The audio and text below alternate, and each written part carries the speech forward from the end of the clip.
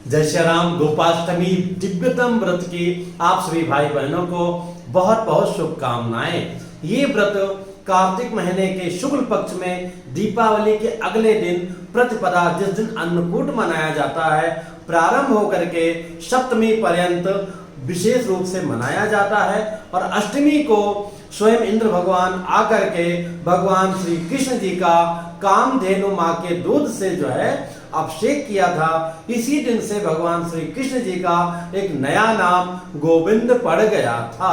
इसके बारे में विशेष निवेदन करने जा रहा हूँ।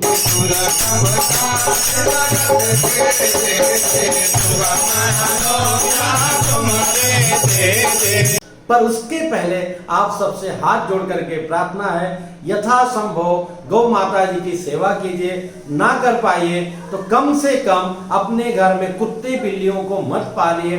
बहुत पाप, बहुत दोष लगता है। यहाँ तक आपका किया हुआ सारा सत्कर्म नष्ट हो जाता है, कोई लाभ उसका प्राप्त नहीं होगा। होगा भी तो 5%, 10% ही। कुत्ते बिल्लियों को खिलाने के लिए मना नहीं है। शास्त्रों में तो आया है कि घर की जो है रोटियां बने, उसमें एक रोटी कुत्ते के लिए भी बनना चाहिए, पर वो घर के बाहर। वो दया का पात्र है, ना कि प्रेम का पात्र है। प्रेम की पात्रा तो हमारी गौ माता जी हैं।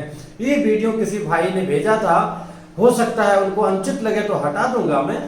गौ माता जी का गौमूत्र से लेकर के, गोबर से लेकर के, दूध तो अमृत है। बहुत सारा प्रयत्न हो रहा है साउथ में कि जो है गौ माता का, वो भी जो देशी गौ माता है, उनका दूध हर बच्चों को प्राप्त हो, ताकि उनका सर्वांगीण विकास हो, उनके बुद्धि का विकास हो। तो इसलिए विशेष निवेदन है कि घर में कुत्ता बिल्ली मत पालिए, गौ माता जी की सेवा कीजिए। संभव तो घर में अवश्य रखिए, नहीं जहाँ गौशाला वहां जाकर के उनके लिए जितना भी संभव हो सकता है हम सभी को प्रयत्न करना चाहिए। तो जैसा कि मैंने बताया, कार्तिक कृष्ण पक्ष के पश्चात जो शुक्ल पक्ष प्रारंभ होता है दीपावली के अगले दिन, वहां से व्रत प्रारंभ होता है। बहुत लोग 8 दिनों तक कंटिन्यू व्रत करते हैं, नहीं तो अष्टमी को व्रत करेंगे तो भी आपका व्रत पूर्ण होगा। इस बार कल 22 नवंबर को 2020 में अष्टमी तिथि जो गोपाष्टमी के रूप में मनाई जाएगी प्राप्त हो रही है।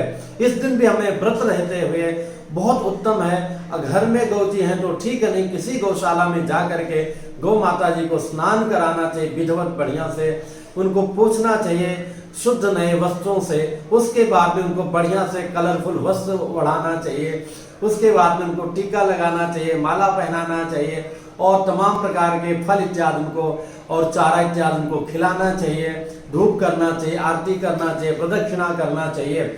इसके बाद में संभव तो गोदान इत्यादि भी कर सकते हैं, अथवा जहां भी गौशाला है उसके निमित्त कुछ ना कुछ कर सकते हैं, और फिर बाद में आप भोजन ग्रहण कर सकते हैं। और भी सर्वोत्तम है तो आप अगले दिन भोजन कीजिए, अथवा सूर्यास्त के बाद भोजन कीजिए। व्रत नहीं रहते हैं तो भी जो है सामान्य जो है अन्न ग्रहण कीजिए। लहसुन प्याज का ना, कुंदरू बैगन इत्यादि ग्रहण मत कीजिए। ब्रह्मचर्य का पालन कीजिए। बहुत बहुत बहुत ही पुण्यतम ये व्रत है। गौ माता जी में ही ब्रह्मा, विष्णु और महेश और पूरा ब्रह्मांड समाहित है। गौरज का मतलब इतना महत्व है, जब से गौ माता जो है खेतों में जाना बंद कर दी, तब से जो है जय जय सिया राम तमाम कृत्रिम खाद आ गया और 1000 बीमारियां जो है फैलने लगी, जिसके कारण हम सभी लोग परेशान रहने लगे हैं। पुनः सभी लोग ऑर्गेनिक खेती में, विशुद्ध देशी खेती में वापस आ रहे हैं। वही आना हम सभी लोगों का हितकर है। इसके साथ में ही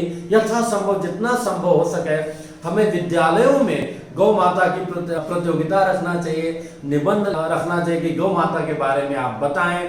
इसके बाद में बच्चों को पुरस्कार देना चाहिए। यही नहीं, जो लोग अच्छी तरह से गौ माता को पाले हैं, कई सारी गौशालाओं का निरीक्षण करके वर्ष में उनको पुरस्कार देना चाहिए। उनके पर संगोष्ठी रखना चाहिए, लोगों में जागृति फैलाना चाहिए। और हिंदू ही नहीं, जो अच्छे हमारे मुस्लिम भाई हैं, ईसाई भाई हैं, जो समझते हैं कि नहीं गौ माता हर मानव के लिए बिना कोई भेदभाव किए, उनका दूध कल्याणकारी है, उनका गोबर कल्याणकारी है, उनका मूत्र कल्याणकारी है, ऐसे भाई बंधुओं को भी उस सभा में बुलाना चाहिए।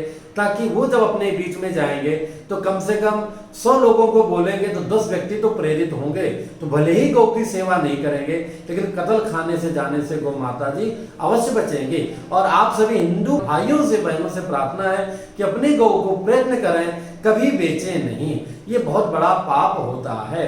किसी को दान करें, अच्छी गौ दान करें, नहीं गौशाला इत्यादि आजकल तो काफी मात्रा में प्राप्त हो रहा है, पर वो भी समझ करके सोच करके उस स्थान को देख करके किस तरह से वहां गौ माता की सेवा हो रही है, वहां पर आप गौ माता जी को अवश्य दान कराएं, उनके महत्व को समझें, आए जाएं, तभी तो रहेगा कि कैसे क्या स्थिति है। गौ माता की जो विशेषता है, गौमूत्र वगैरह सब ये सब जीवन में भी उपयोग करें, ताकि जो है उनके कंडा का जो अथवा उसको छेनी बोलते हैं महाराष्ट्र में, और उसको उपली भी बोला जाता है, उसका हवन इत्यादि में प्रयोग करते रहें। संध्या को सुबह को जला के उसमें थोड़ा गूगल घी मिला हुआ और धूप इत्यादि डालेंगे तो घर की परम शुद्धि होती रहेगी। जो छोटे मोटे जीव जंतु कीटाणु हैं जो हमारे नेत्रों से सामान्यतः दिखाई नहीं देते हैं, वो सब जय जय सिया राम हो जाएंगे। तो बहुत ही बड़ा महत्व है, इसका पूरा लाभ लीजिए, श्रद्धा पूर्वक लीजिए, और वो तभी हो पाएगा क्योंकि प्रेम गली है तृष्णा करी तामे दो न समाए। हमारी जो प्रेम की गली है बहुत ही साकरी है, उसमें आप कुत्ता बिल्ली को बैठा लेंगे तो गौ माता के प्रति आपके मन में नफरत आना शुरू हो जाएगा, वो बुद्धि आपकी दूसरी होती चली जाएगी। जैसे कोई आतंकवादियों से मिल जाए तो देशभक्ति की उससे बात करोगे, उसको बहुत बुरा लगेगा। तो सर्वप्रथम तो ये कि कुत्ता बिल्ली को आप खिलाओ पिलाओ जो है घर के बाहर, घर में प्रवेश बंद करो, फिर धीरे धीरे जब जगह बनेगा तो गौ माता के प्रति स्वयं आपके अंदर अनुरक्ति आना प्रारंभ हो जाएगा। फिर मिलूंगा एक नई जानकारी के साथ में। अगर वीडियो आपको उचित लग रहा हो तो आपस में शेयर कीजिए, क्या बोलते हो घंटी नहीं दबाया है बेल आइकॉन वाली तो भी दबा दीजिए। जय श्री राम।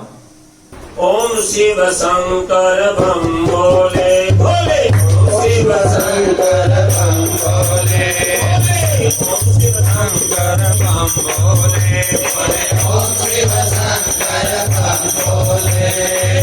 क्यों मेरा मनवा बोले, क्यों मेरा मनवा बोले, क्यों मेरा मनवा बोले।